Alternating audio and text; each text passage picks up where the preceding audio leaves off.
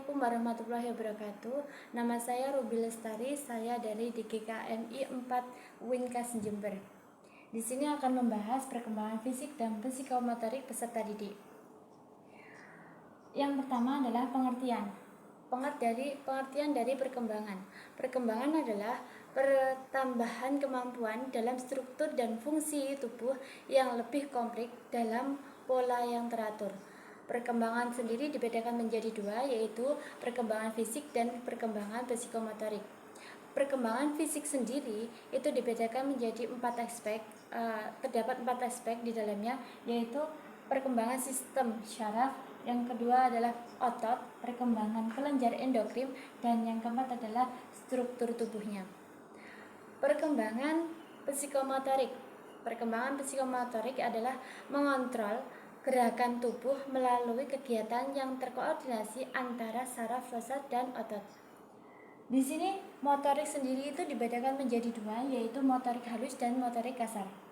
Motorik halus itu yang diutamakan adalah kecepatan jari, seperti menulis, menggambar.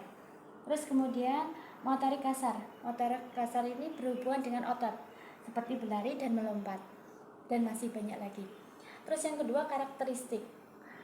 Karakteristik sendiri ini dibedakan menjadi dua, yaitu karakteristik fisik dan karakteristik psikomotorik. Yang pertama, karakter fisik yang pertama adalah pada umur 0 sampai 5 tahun.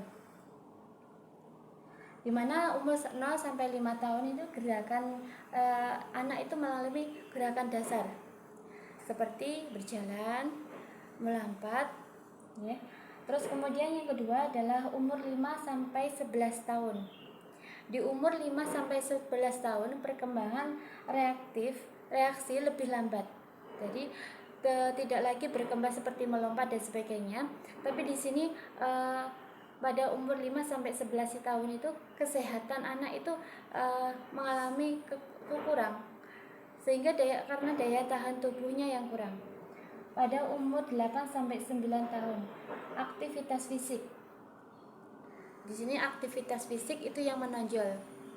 Terus kemudian umur 10 sampai 11 tahun yang mengalami pematangan adalah para perempuan. Perempuan di usia 10 sampai 11 tahun itu mengalami kematangan. Terus kemudian masa remaja, berat dan tinggi badan itu lebih cepat. Kemudian masa dewasa, pertumbuhan fisik itu sudah berhenti. Terus kemudian psikomotorik. Psikomotorik pada usia 3 tahun, di mana usia 3 tahun itu kemampuan melompat itu mencapai 15 sampai 24 inci. Terus kemudian usia 4 tahun kemampuan melompat 24 sampai 33 inci. Usia 5 tahun melompatnya sudah mencapai 28 sampai 36 inci.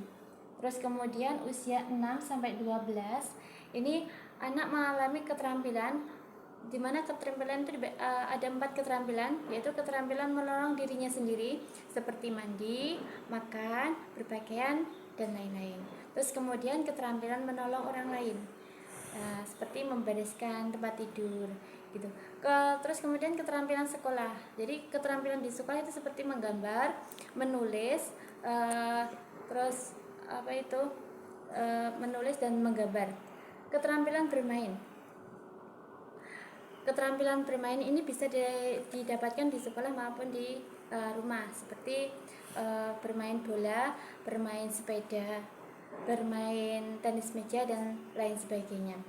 Terus kemudian yang ketiga adalah faktor yang mempengaruhi perkembangan fisik dan psikomotorik. Yang pertama, faktor yang mempengaruhi perkembangan fisik yaitu keluarga, kedua gizi, tiga gangguan emosional, ketiga jenis kelamin, kelima status sosial ekonomi, keenam kesehatan, ketujuh bentuk tubuh, kedelapan sistem syaraf, kesembilan otot-otot, 10 kelenjar endokrinnya. Terus kemudian faktor yang mempengaruhi perkembangan pada psikomotorik. Yang pertama adalah pola asuh orang tua. Yang kedua adalah gen. Gen dari orang tua itu sangat berpengaruh pada perkembangan psikomotorik anak. Yang ketiga, pengaruh dari lingkungan. Lingkungan sendiri itu sangat luas, yaitu selain lingkungan kanan kiri kita, juga ada lingkungan sekolah, juga ada yang namanya itu YouTube, terus kemudian TikTok. Itu sangat berpengaruh pada perkembangan psikomotorik anak. Terus kemudian interior ruang belajar. Yang keempat, yaitu implikasi dalam pembelajaran. Implikasi pembelajaran itu sendiri adalah membantu siswa untuk mengetahui perubahan fisik yang dialaminya. Yang harus dilakukan guru dalam implementasi pembelajaran ini adalah guru lebih memahami dan menghargai perbedaan individu. Yang kedua, orang tua dan peserta didik diingatkan pentingnya makan yang bergizi. Terus yang ketiga, media pembelajaran bervariasi. Yang keempat, guru lebih banyak memberikan stimulusnya. Yang kelima, mendorong siswa menentukan pilihan. Yang keenam, lingkungan pendidikan harus menyediakan ruang bermain. Jadi ruang bermain itu sangat dibutuhkan oleh peserta didik. Yang ketujuh adalah agar fisik dan psikomotorik berkembang, dapat menggunakan permainan yang melibatkan fisik dan psikomotorik. Terima kasih, cukup sekian dari saya.